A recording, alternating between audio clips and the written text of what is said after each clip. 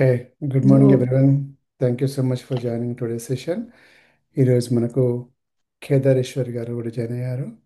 Bhagavad Gita sessions మనకు నడుస్తున్నాయి కదా. ఈరోజు డే 14 అండి. డే 14 రోజు మనకు కేదారేశ్వర్ గారు సెషన్స్ ఇస్తున్నారు భగవద్గీతలో కొన్ని శ్లోకాలతోటి. And welcome to our session madam. Thank you so much. Please go ahead. నమస్కారం అండి. నమస్కారం అండి. అందరికీ నమస్తే. ఆత్మస్వరూపులందరికీ ఆత్మ నమస్కారాలు. జగద్గురు బ్రహ్మర్షి పిత మహాపాత్రిజీ గారికి ఆత్మ నమస్కారాలు. శ్రీకృష్ణాయ పరమాత్మనే నమః. ఈరోజు భగవద్గీతలో 4వ అధ్యాయము 38వ శ్లోకం. నహి జ్ఞానేన సదృశం పవిత్రమిహ విద్యతే తత్స్వయం యోగ సంసిద్ధః కాలేనాత్మని విందతి. నహి జ్ఞానేన సదృశం పవిత్రమిహ విద్యతే తత్స్వయం తత్స్వయం యోగ సంసిద్ధః కాలేనాత్మని విందతి. అంటే నహి జ్ఞానేన సదృశం పవిత్రమిహ విద్యతే అంటే ఈ లోకంలో ఆత్మజ్ఞానానికి ఆత్మజ్ఞానాన్ని మించినది ఏది కూడా లేదు.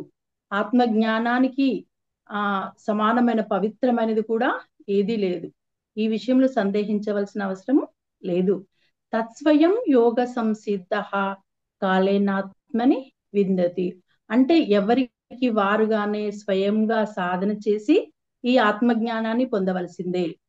అంటే మనము ఎప్పుడైతే సాధన చేస్తామో, ఎవరైనా సాధన చేసినప్పుడు సాధన చేయగా చేయగా మనలో ఉన్నటువంటి అజ్ఞానము అంతరించి ఆత్మజ్ఞానం అనేది సిద్ధిస్తుంది. అంటే ఈ ఈ జ్ఞానాన్ని ఎవరికి వాళ్ళే స్వయంగా పొందాలి. ఇది ఎవరికి ఎవరు ఇచ్చేది కాదు. కేవలం మనకు గురువులు సలహాలు మాత్రమే ఇస్తారు, మార్గాన్ని మాత్రమే చూపిస్తారు. వాళ్ళు చెప్పిన ప్రకారము, గురువులు చెప్పిన ప్రకారము సాధన చేస్తూ చేస్తూ ఉండగా అప్పుడు మనకు అంతఃకరణ శుద్ధి కలిగి ఆత్మజ్ఞానం అనేది సిద్ధిస్తుంది. అంటే మనం వెంటనే ఈ రోజు సాధన చేయగానే వెంటనే మనకు ఆత్మజ్ఞానం అనేది కలగదు. ప్రతిరోజు సాధన చేయగా చేయగా చేయగా అప్పుడు అంతఃకరణ శుద్ధి జరిగి ఆత్మజ్ఞానం అనేది కలుగుతుంది. అంటే మనము ఇప్పుడు మామూలుగా ఏదైనా విత్తనం పెట్టేస్తాం అనుకోండి, వెంటనే మనకు పండ్లు ఫలాలు రావు కదా. అదే విధంగా విత్తనం పెట్టిన తర్వాత మొక్క మొలిసి చెట్టు అయ్యి తర్వాత పూలు పూసి కాయలు కాసి పండ్లు వస్తాయి. అదే విధంగా మన సాధన చేయగా చేయగా వెంటనే రాదు, కొంతకాలానికి మనకు ఆత్మజ్ఞానం అనేది కలుగుతుంది. ఇది ఎవరికి వారుగానే పొందవలసిందే కానీ ఇందులో ఎవరికి ఎవరు ఇచ్చేది కాదు. స్వ అనుభవంతో ఈ జ్ఞానాన్ని పొందవలసిందే. సాధనకి కొంత సమయం పడుతుంది, ఆ సమయమే సాధన అని అంటారు. 44వ శ్లోకము 4వ అధ్యాయము 39వ శ్లోకం. శ్రద్ధావాన్ లభతే జ్ఞానం తత్పరః సంయతేంద్రియః జ్ఞానం లబ్ధ్వా పరాం శాంతిం అచిరేణాధిగచ్చతి.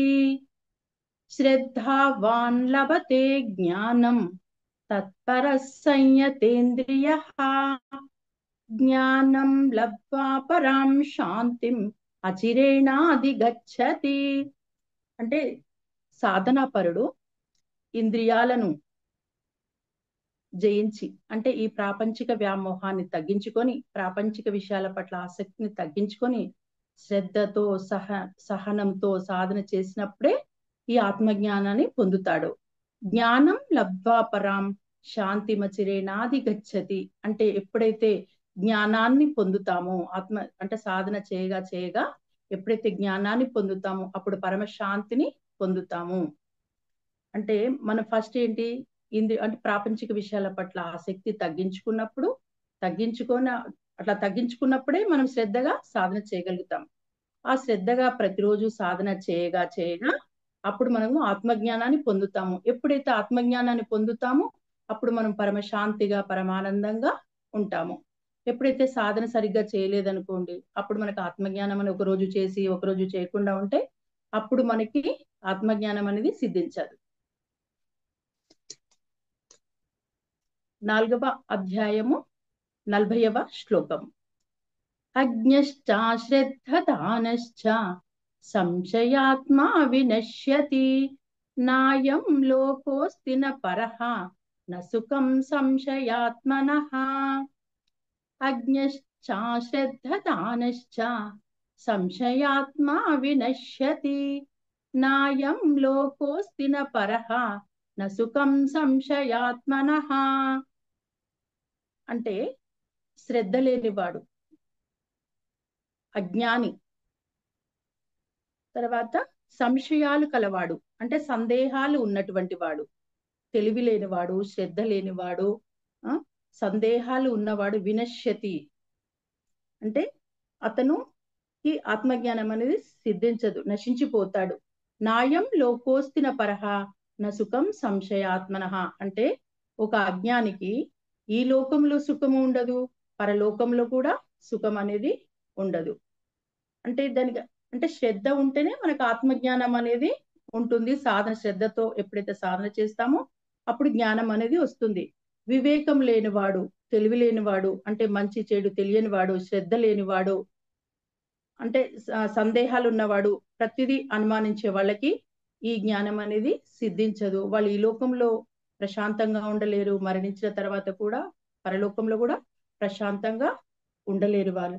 అంటే ఇక్కడ ఇప్పుడు ఏదైనా గురువులు చెప్పిన ప్రకారము వాళ్ళు సాధన చేసుకుంటూ స్వాధ్యాయం చేస్తూ అంటే మనకి మనం స్వయంగా మనని మనం గమనించుకుంటూ ఎప్పుడైతే సాధన చేస్తామో అప్పుడే మనకు జ్ఞానం సిద్ధిస్తుంది.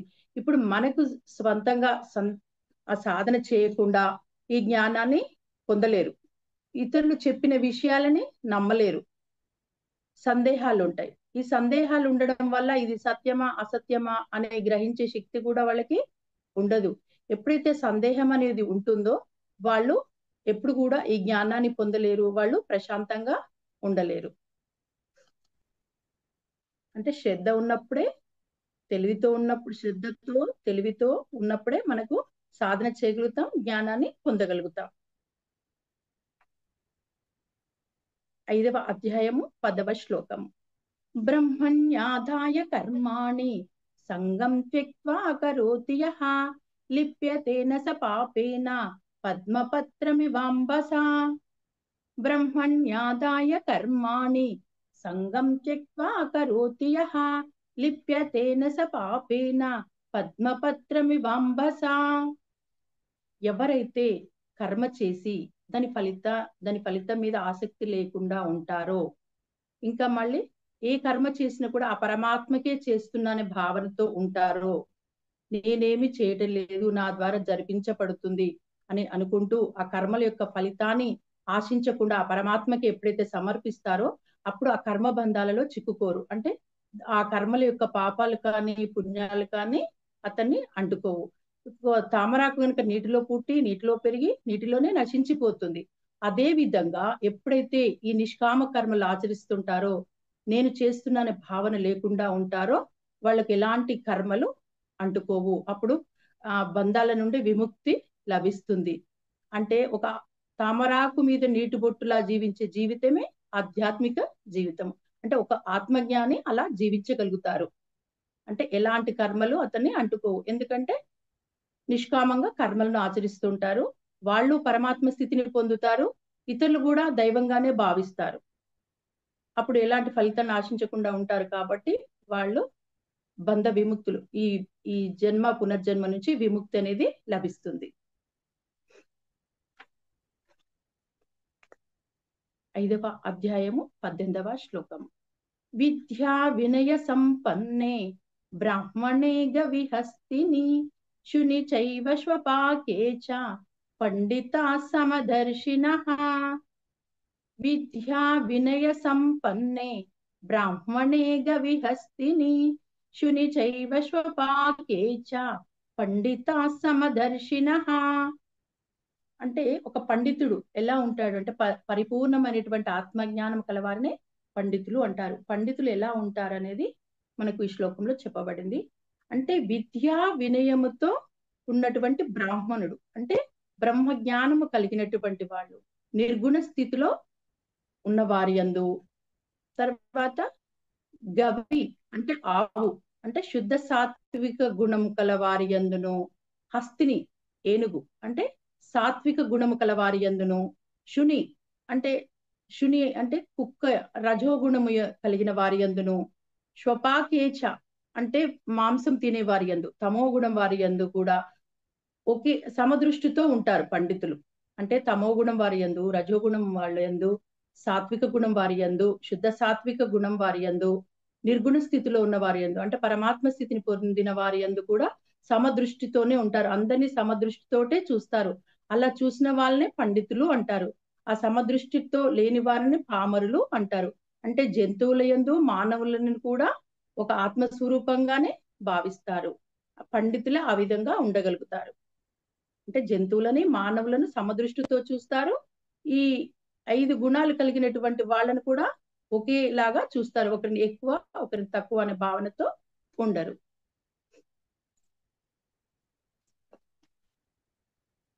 ఐదవ అధ్యాయము 27వ శ్లోకం. స్పర్శాన్ కృత్వా బహిర్బాహ్యాన్ చక్షుశ్చైవాంతరే భ్రువోః ప్రాణాపానౌ సమౌ కృత్వా నాసాభ్యాంతరచారిణౌ.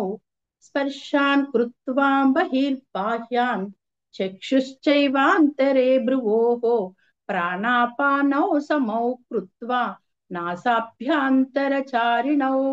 అంటే స్పర్శాన్ కృత్వా బహిర్బాహ్యాన్ అంటే బయటి విషయాలను బయటి నుంచి బయటికే నెట్టివేసి, అంటే చూడడము, వినడము, మాట్లాడము, స్పర్శించడం అంటే ఏది తాకకుండా ఉండడము, అంటే ఒక స్థిర సుఖాసనంలో కూర్చొని చక్షుశ్చైవాంతరే భ్రువోహో అంటే 2 కనుబొమ్మల మధ్య భ్రూమధ్యములో ముక్కు యొక్క అగ్రభాగంలో అంతర్దృష్టిని పెట్టి ప్రాణాపానౌ సమౌకృత్వ నాసాభ్యాంతర చారిణౌ అంటే సహజంగా మనకు జరిగే శ్వాసను అంటే ముక్కు రంధ్రాల గుండా శ్వాసను తీసుకుంటాం, గాలిని తీసుకుంటూ గాలిని వదులుతూ ఉంటాము. గాలిని ప్రాణవాయువుని తీసుకుంటాము, అపాయ వాయువుని వదులుతూ ఉంటాము. ఈ శ్వాసని సహజంగా జరిగే శ్వాసని గమనిస్తూ ఉండాలి. అలా గమనిస్తూ ఉంటే ఆ శ్వాస చిన్నదిగా అవుతూ అవుతూ ఈ భ్రూమధ్యంలో కేంద్రీకృతం అవుతుంది. అప్పుడు ఎప్పుడైతే కేంద్రీకృతం అవుతుందో అప్పుడు మనకి ఈ శ్వాసక్రియ జరుగుతుందా జరుగుతలేదా అనేటట్టుగా ఉంటుంది. అప్పుడు ఏంటి అంటే భ్రూమధ్యంలో కేంద్రీకృతం అవుతుంది. అప్పుడే ఆలోచన రహిత స్థితి ఏర్పడుతుంది, శూన్య స్థితి వస్తుంది. అప్పుడే మనం పరమాత్మ శక్తిని పొందగలుగుతాము. అది ఈ శ్లోకం యొక్క భావం. అయిపోయిందండి.